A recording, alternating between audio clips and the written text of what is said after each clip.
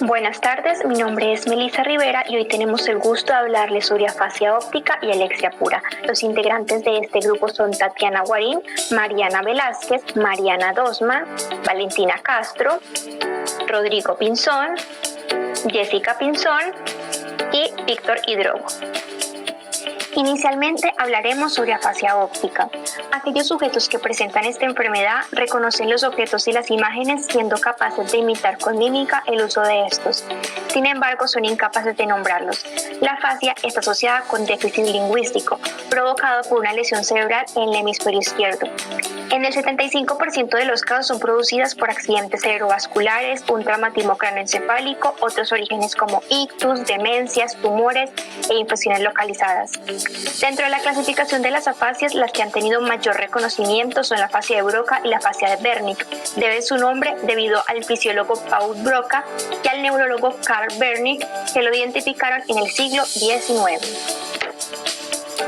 Los hablantes con afasia de Broca tienen dificultades para pronunciar las palabras, para construir una oración. Sus emisiones son entrecortadas, llenas de pausas, reinicios, y se apoyan en elementos comunicativos que no llegan a ser palabras, como vocalizaciones, entonaciones exageradas, expresividad facial. El manejo lingüístico será una tarea difícil, y además podría existir problemas de memoria. A grandes rasgos, el afásico podría pronunciar una o dos letras. La lesión está en el hemisferio izquierdo del área de Broca. Una lesión en el parietal izquierdo. Su lenguaje va desde el silencio casi total hasta un habla pausada. Quiero que me digas cosas y quiero que te esfuerces, ¿eh? ¿Vale? ¿Qué es esto?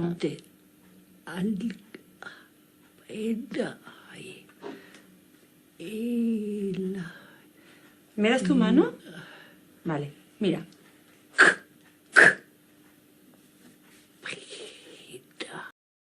Los hablantes con afasia de Wernicke construyen bien las palabras, las pronuncian bien, pero no comprenden bien lo que se les dice, lo que leen, o su discurso carece de coherencia significativa, como un lenguaje fluido incontrolado, mezcla de palabras que genera una cantidad de jerga, reducción del lenguaje espontáneo, parafasias semánticas, imposibilidad de repetición de vocablos y efectos amnésicos que hacen que el lenguaje pierda sentido y significado.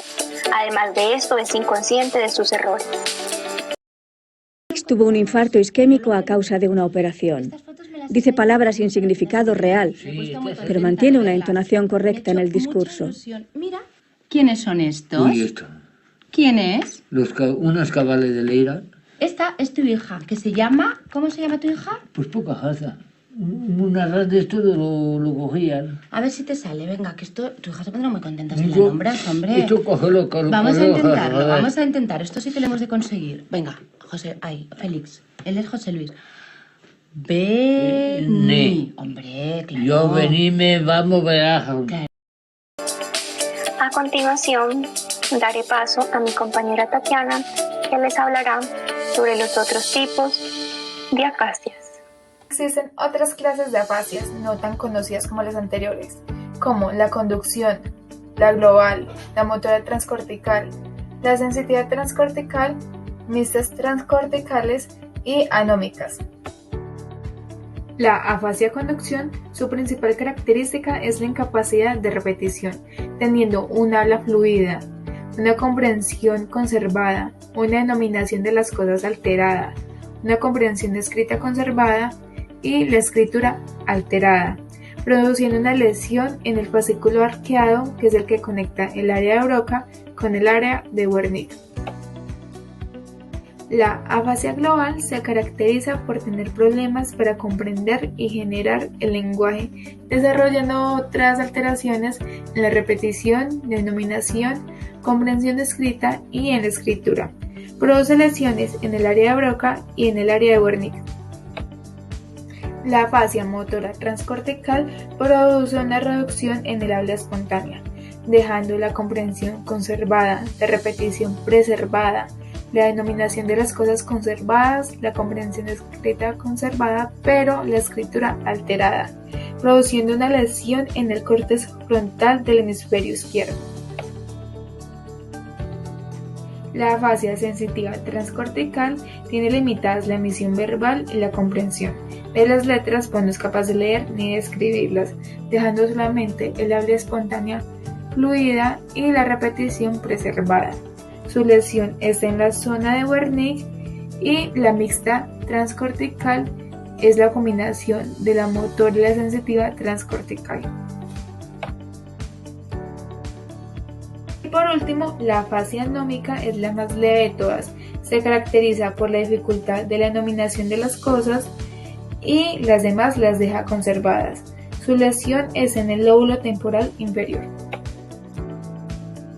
Los dejo con mi compañera Mariana. Hola, yo soy Mariana y les hablaré acerca de los puntos que tendríamos en cuenta al momento de realizar una evaluación en un paciente con afasia. Es supremamente importante para el diagnóstico clínico definir el tipo de afasia, la locación del daño encefálico y la causa de la misma, por lo que es necesario realizar una valoración muy minuciosa de la función del lenguaje junto con sus signos asociados. Signos pues que son debido a la lesión de tractos en proximidad a los tractos mismos del lenguaje. Y bueno, aunque la evaluación verbal del paciente usualmente puede determinar a grosso modo el tipo de afasia, a las personas se les realizará una resonancia magnética o tomografía computarizada para confirmar la lesión en el cerebro y conocer su ubicación exacta, lo que va a ser indispensable para determinar los niveles de disfunción y planear también un tratamiento rehabilitatorio. Se realizará un examen integral de las capacidades de comunicación de la persona, un examen que va a incluir una evaluación muy detallada de la capacidad de esta para hablar, para expresar ideas, nombrar algún objeto común, participar en una conversación, también comprender y usar palabras correctamente, responder a preguntas acerca de algo que se haya leído o escuchado, repetir palabras y frases, seguir alguna instrucción, responder también a preguntas por sí o por no y responder a preguntas abiertas acerca de algún tema común, además de leer y escribir. Ahora voy a dejarles con mi compañera Mariana Dosman, que se va a encargar de hablarles acerca de las alteraciones fisiológicas que podría presentarse con una afasia. Hola a todos, mi nombre es Mariana Dosman y el día de hoy voy a hablarles un poco de las alteraciones a nivel fisiológico producidas por la afasia óptica. Como ya mis compañeras nos contaron anteriormente, sabemos que existen diferentes tipos de afasias y que usualmente se asocian con lesiones en el área peresilvánea del hemisferio izquierdo, más conocida como el área del lenguaje.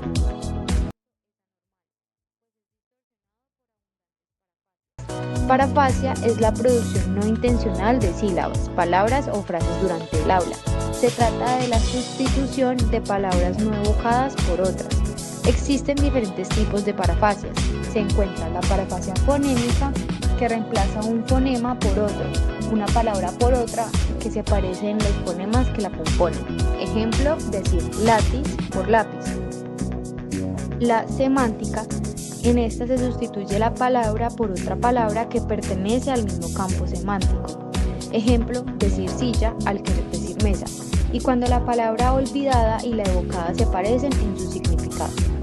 Verbal, que es cuando sustituye la palabra por otra palabra real que no pertenece al mismo campo semántico. Ejemplo, decir auto al intentar decir lápiz. Y circunloquio, que se define la palabra olvidada.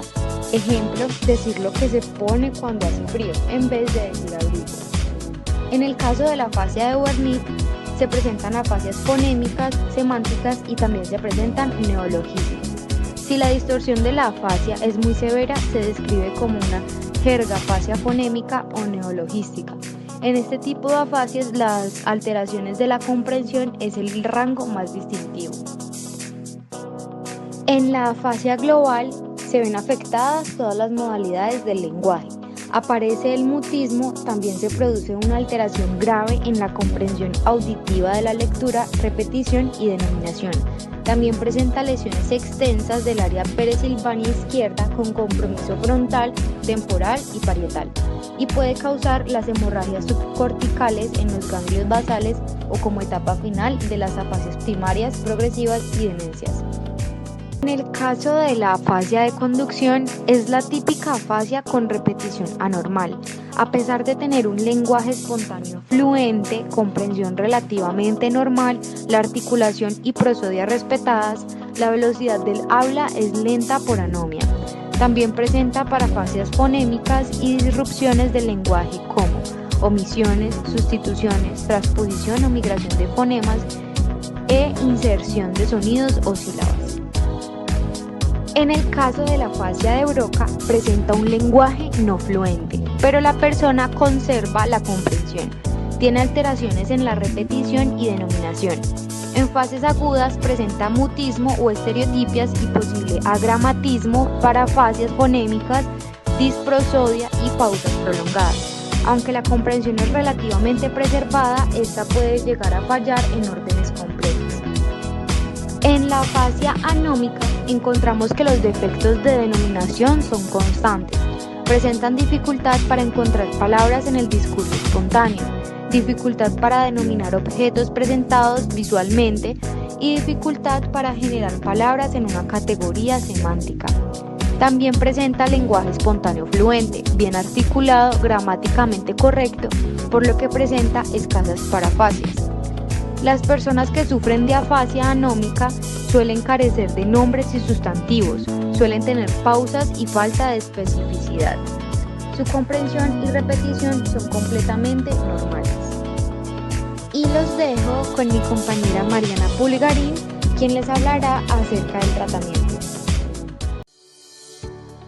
Y para finalizar con afasia les contaré brevemente cómo se podría tratar.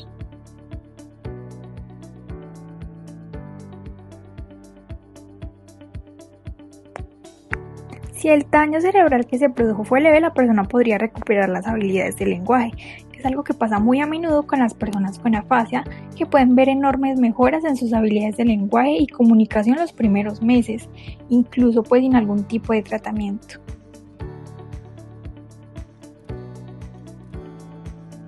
Sin embargo, la mayoría de las personas se van a someter a la terapia del habla y del lenguaje para recuperar sus habilidades y complementar sus experiencias de comunicación.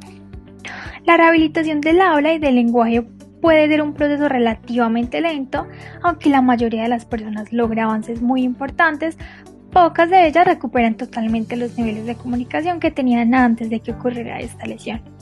Lo que va a hacer la terapia del habla y del lenguaje es intentar mejorar la capacidad de comunicación al recuperar la mayor parte del lenguaje posible y a la vez enseñar la forma de compensar estas habilidades de lenguaje perdidas y de hallar otros métodos para comunicarse. ¿Qué se tiene en cuenta para la terapia? Hay algunos estudios que indican que la terapia es mucho más eficaz cuando se comienza un poco tiempo después de la lesión cerebral. Y a menudo es mucho más efectiva en grupos, ya que en un entorno grupal las personas con afasia podrían interactuar y probar sus habilidades de comunicación en un ambiente seguro, en donde los participantes podrían practicar algunas actividades como iniciar conversaciones, hablar en turnos y rearmar conversaciones que pudieran haber fracasado por completo. Además, también se podría realizar el uso de computadoras, ya que puede ser muy útil para volver a aprender verbos, sonidos y fonemas. El uso de medicamentos como tratamiento para la afasia es algo que en la actualidad se sigue estudiando. Se trataría aún así de medicamentos que pudieran aumentar el flujo de la sangre al cerebro, mejorando la capacidad de la recuperación de este y ayudar a reemplazar las sustancias químicas agotadas, o sea, los neurotransmisores. Además, varios medicamentos como la memantina y el piracetam han resultado alentadores en estudios menores, aunque se necesitan más investigaciones antes de poder recomendar estos tratamientos. Muchas gracias por la atención. Ahora seguiremos con otro tema para el cual los dejaré con mi compañera Valentina Castro. Hola, mi nombre es Valentina Castro y hoy les hablaré acerca de la definición de alexia. Bueno, primero que todo, ¿qué es alexia? Alexia es un trastorno del lenguaje escrito caracterizado por la pérdida parcial o completa de la capacidad de lectura, siendo esta producida por la aparición de algún tipo de lesión cerebral.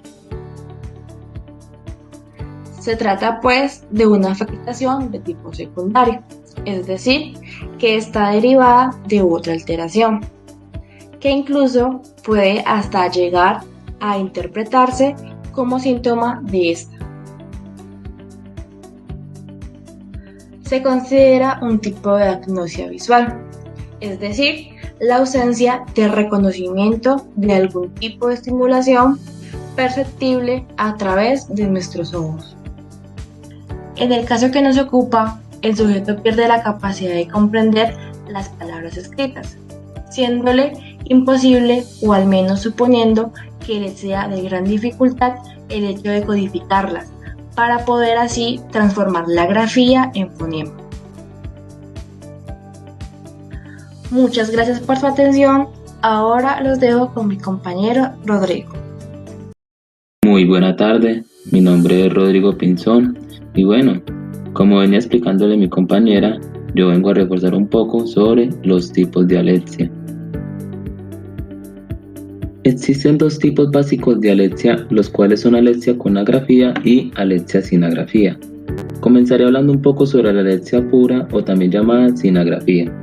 Aunque en estos tipos de alexia el sujeto pueda tener una buena percepción visual de imágenes y letras, se le hace muy complejo el reconocimiento y la codificación de las letras o palabras, y se debe a problemas en la zona occipital, principalmente en el giro lingual. Y por esta razón, con esta lesión, la información visual que no es percibida por el lóbulo occipital izquierdo, el cuerpo calloso no puede transmitir información al córtex occipital derecho y a las áreas del lenguaje del hemisferio izquierdo. En el caso de la alexia central o con agrafía, el sujeto puede presentar una pérdida parcial o total de la capacidad de leer o de escribir, pues la persona puede hablar y entender la lengua hablada y por lo tanto se le denomina un defecto adquirido. Suele corresponderse a una lesión en el giro angular o también relacionarse con lesiones en los parietales. Existen otros tipos como lo de la alexia anterior o con afasia. Este trastorno se caracteriza porque al sujeto no solo le falla su nivel lector, sino también la producción en el habla, y se debe a una lesión a nivel frontal. En la alexia fonológica, que es un defecto para leer pseudopalabras legítimas o que pueden leer palabras conocidas. En la alexia superficial, los pacientes conservan el sistema de lectura grafofonémicas, pero pueden incurrir en errores al utilizar este sistema de correspondencia. En la alexia profunda, el sujeto tiene una capacidad de leer limitada, presentando un déficit grave de lectura. En la alexia periférica se presentan dificultades para conseguir una forma visual satisfactoria de la palabra. En la alexia por negligencia, el sujeto es incapaz de leer un lado de la palabra, aunque a veces tiende a sustituirla. Y por último, en la alexia atencional se presenta una incapacidad para leer las letras de una palabra, aunque pueda leer la palabra completa. Muchas gracias por su atención prestada. A continuación, mi compañera Jessica continuará explicándoles sobre las posibles causas de las alexias. Muy buena tarde, mi nombre es Jessica Alejandra Pinzón y hoy les vengo a hablar sobre las posibles causas de las alexias. Entre las principales causas de aparición de la alexia podemos encontrar los siguientes acontecimientos. Una de las principales causas de alexia se debe al padecimiento por algún tipo de accidente cerebrovascular o ictus. Estamos hablando de una isquemia o hemorragia. Dependiendo de las zonas afectadas, la muerte del tejido cerebral puede provocar la pérdida de la capacidad de lectura. Otro motivo clásico para la aparición de la alexia es el hecho de haber sufrido algún tipo de traumatismo craneoencefálico y se debe a accidentes de tránsito, accidentes laborales o agresiones. Son algunas de las causas que hacen que pueda aparecer algún tipo de alexia. La alexia puede aparecer a lo largo del deterioro generado por algún tipo de demencia, como el Alzheimer u otros trastornos semejantes como una demencia vascular, demencia debido a VIH, demencia por Corea de Huntington, demencia temporal y demencia frontotemporal. Dependiendo del trastorno en sí, la dificultad, empeoramiento e imposibilidad para la lectura puede aparecer en diferentes fases de la enfermedad. Otra posible causa de la alexia se encuentra en la aparición de tumores cerebrales que afectan o comprimen las áreas cerebrales y fibras nerviosas implicadas en el proceso de la lectura. También puede aparecer la alexia ante determinados procesos infecciosos que terminen afectando al cerebro. Algunas típicas son la meningitis o la encefalitis. Muchas gracias por su atención prestada. A continuación, mi compañero Víctor continuará explicándoles los tratamientos para las alexias. Tratamiento alesia pura. Para empezar, debemos saber que el tratamiento de la alesia no es fácil de sobrellevar, ya que debemos tener en cuenta que estamos hablando ante un problema derivado de algún tipo de lesión cerebral, en donde podemos encontrar una lesión de daño permanente. Otro aspecto a tener en cuenta es un diagnóstico temprano que permitirá un mejor trabajo a nivel de tratamiento, evitando un nivel de agravamiento superior. Los principales propósitos del tratamiento son lograr diferentes niveles de recuperación en función de las áreas lesionadas o del grado de afectación de la lesión. Existen múltiples tratamientos en la alexia que se deben tomar en cuenta. Una de las terapias es la terapia de logopedia. Esta es la educación de la palabra y se encarga de estudiar los trastornos del lenguaje en niños y adultos, regenerando las habilidades perdidas y ayudando a mejorar lo más posible estas mismas, aprendiendo de esta manera otra, con el fin de activar las capacidades de lectura con ejercicios que trabajen los trastornos del lenguaje.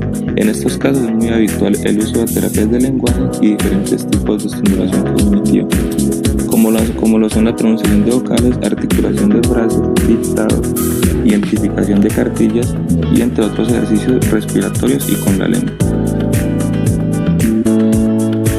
Otra de las terapias es la terapia psicológica. Esta nos ayuda a afrontar el padecimiento y a hacer terapia familiar para el apoyo, para instruir a los familiares para que realicen actividades comunicativas con el paciente y ayuden a su déficit en la lectura.